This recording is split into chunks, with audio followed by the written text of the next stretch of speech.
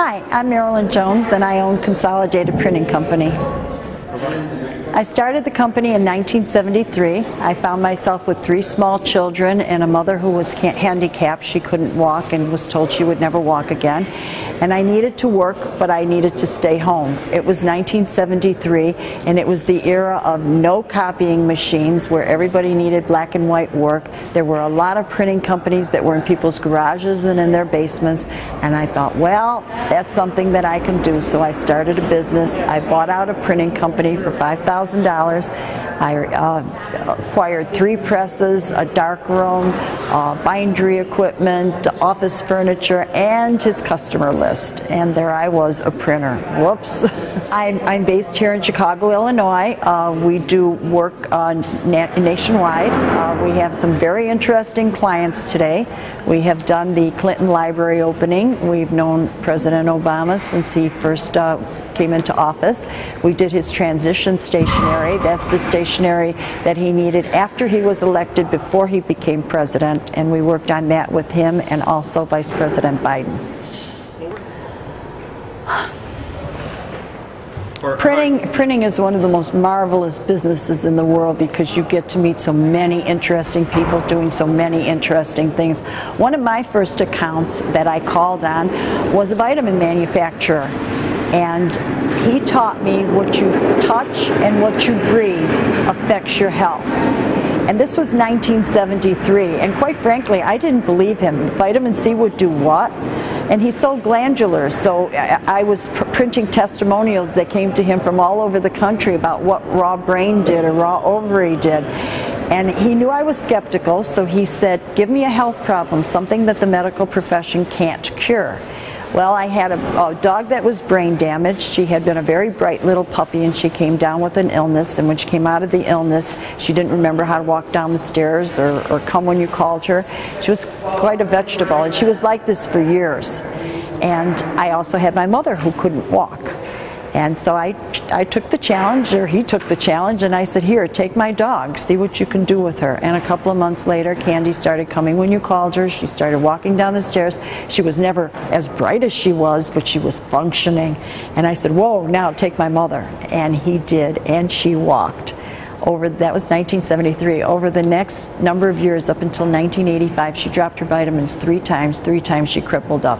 3rd time she decided to go to a regular doctor, and he convinced her she really needed back surgery. So he did the surgery. Took forever. He came out and he said, oh, I needed to do another surgery because I hadn't noticed, but after the first surgery, her sutures had opened, and we didn't notice it for half an hour. We went back in, opened her up, and resutured her, but I'm sorry, we killed the nerve endings in her spine. And I said, oh no, and he says she will never walk again. So I went back to this doctor, the vitamin doctor, and I said, what do we do now? And he says, I never had this problem. And I said, oh, and he says, would you like to experiment? I said, yes. We did. She walked 1985. She walked up until 3 years ago. She walked up until the last 6 months of her life, and I lost her 3 years ago at the age of 95. That's a powerful testimonial to what you touch and what you breathe affects your health. You can't see that kind of occurrence in your life and not be touched and moved by it.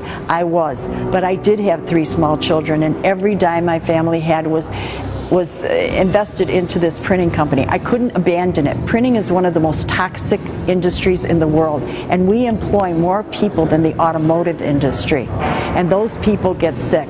I have a brochure here that describes the side effects of a parts washer that's commonly used in this industry. It's an inhalant side effect.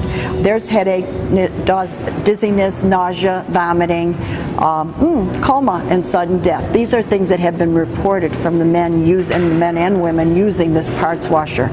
So since 1973, I have gone about perfecting systems that will produce quality printing on a natural basis. Today we have no toxicity. We have nothing that causes liver damage, kidney damage, cancer, any physical or mental ailments from using my materials.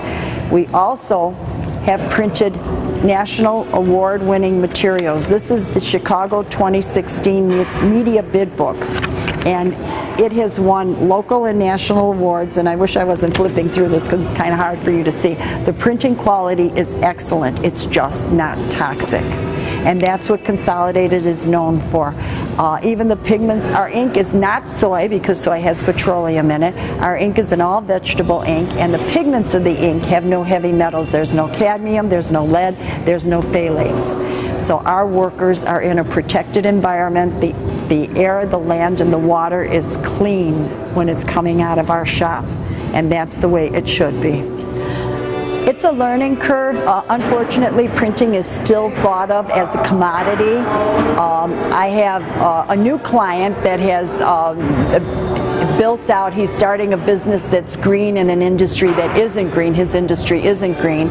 And he has been very careful to purchase furniture that is reclaimed wood and totally sustainable, but he has not really thought about his printing, and so it's an education for him. I don't know how to bring it from a commodity to, hey, if you have a printed piece and you put a sandwich down on it, would you really put down a sandwich on something that has a covering of what is equal to radiator fluid in the street? Would you put your sandwich down in the middle of the street? Because that's what a lot of the printing chemicals are the equivalent of on your printed piece.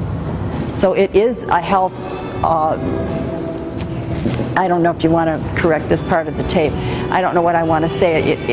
It's a health benefit to you to have responsible printing too. It also lowers the healthcare costs. If you're not having workers get so sick, I mean, that raises everybody's healthcare premiums. You should always be aware of your environment. You should check the formaldehyde in the materials you buy to build out your home, your cleaning supplies. You can't get paranoid about it, but you do need to be careful, and don't have that attitude, oh, it's not going to happen to me. Like people who smoke, they look at the cancer warning on the side of the cigarettes and they go, oh, but that's not going to affect me. Of course it is. I mean, you just might have that roll of the dice where it is going to bother you. And do you want to take that chance? Or do you want to buy, when you go into a print shop, there should be no odor. If you smell an odor, there's something wrong. And so do you want to buy from somebody who is taking a chance with their employees? I mean, how do I look at an employee who says, wow, I just bought a house, or I just had a baby, and I say to him, hey, go wash parts over there. I mean, you could drop dead from doing it. And, don't tell me they're going to wear masks. I worked on a national OSHA project to prepare safety materials for the printing industry. Yes, we want them to wear masks. We want them to use safety equipment, but the minute your back is turned, off comes the mask. I mean, it's hard to work under that situation where you're encumbered with a lot of safety apparatus. Why not just eliminate the stuff that makes it dangerous in the first place? And no, it wasn't easy for me to do what I did. I mean, it took me from 1973 to my last process went into place 2 years ago, and that was the pigments of the ink. Everything I do now is natural. I was the laughingstock of the industry. In a sense, I'm still the laughingstock of the industry. There's a printer here in Chicago that put up on his Facebook page, oh, don't tell me she's using Crisco and Pam and Bounce and materials like that. Yes, I am using those. Oh, no, those are foods. We all know they're foods. It's okay to be a laughingstock. Just keep doing what's right. It's not just the dyes, it's the fountain solution, it's the wash-up solution, it's the parts washer, it's all the... Printing years ago used about 44 different chemicals. Today there's about 24 different chemicals. We use 4 different processes, plus like the Crisco we use to lubricate rollers, etc., etc. So we do use a lot of food products. The cost, if you're buying printing from China or you're buying printing from a mass producer, nobody's going to beat that cost. If I'm bidding against a shop that's similar to my size and capabilities, I'm going to be right in there with my quotes. And then you said, talk about the expense. How bad do you want your printing done at a $50 savings that you would go someplace where you could injure another human being? So what is the cost to your soul? And, encourage. I don't suggest everybody comes to me, but I would like everybody to come to me for 6 months. and talk to their printer that they're leaving and say, hey, I'm leaving you. I want you to start going green. You don't have to be green all the way, but you need to start, and every month you need to do some progressive walk towards being greener. And I'll check on you, and I'll give you 6 months or a year, and if you don't make that start, I'm not coming back, but if you make that start, I'm going back. We need to change this industry. You can look at Consolidated's website. It's consolidatedprinting.net. You can reach me at 773-631-2800, and we do work across the nation. What I'd like to talk about is second tier. Okay? One of the things, and I don't know if you want to, slice this in someplace, but one of the things that we've done is, as I mentioned, my parts washer is used restaurant grease. Well, we worked with the manufacturer for 2 years to refine it enough to lose a lot of that grittiness so that we can wash parts.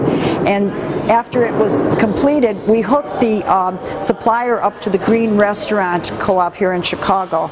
And what they do, they have always paid to have their grease hauled away. Now, my supplier buys it from them. He refines it for me, and I do the printing for the green restaurants, so we have closed the loop, which is something that we're all trying to do here, so there is no waste.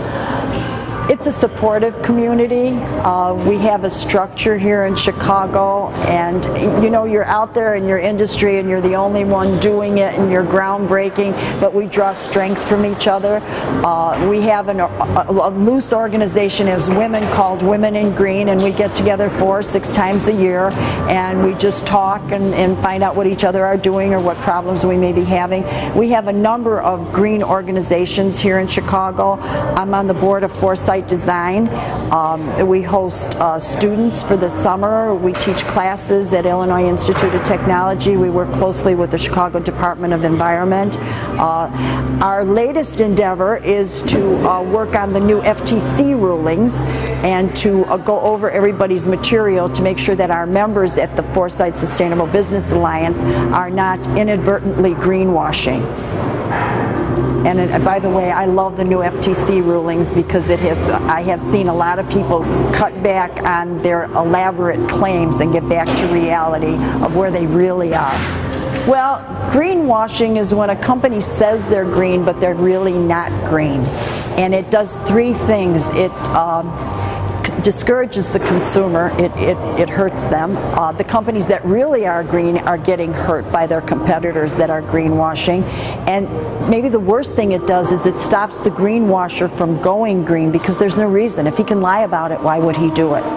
And so it's just detrimental. Fortunately, the FTC did come down with new rulings now and new guidelines, so it will eliminate a lot of the exaggerated claims that some companies are doing, and that will enable them to get real with themselves and to actually start doing it. Right, I'm giving a class for about 14 students on Saturday, so we do a lot of outreach. We also do a lot of tours of the company. In 1996, I worked with the Illinois EPA to talk to groups of printers about addressing their chemical usage, their disposal, their storage.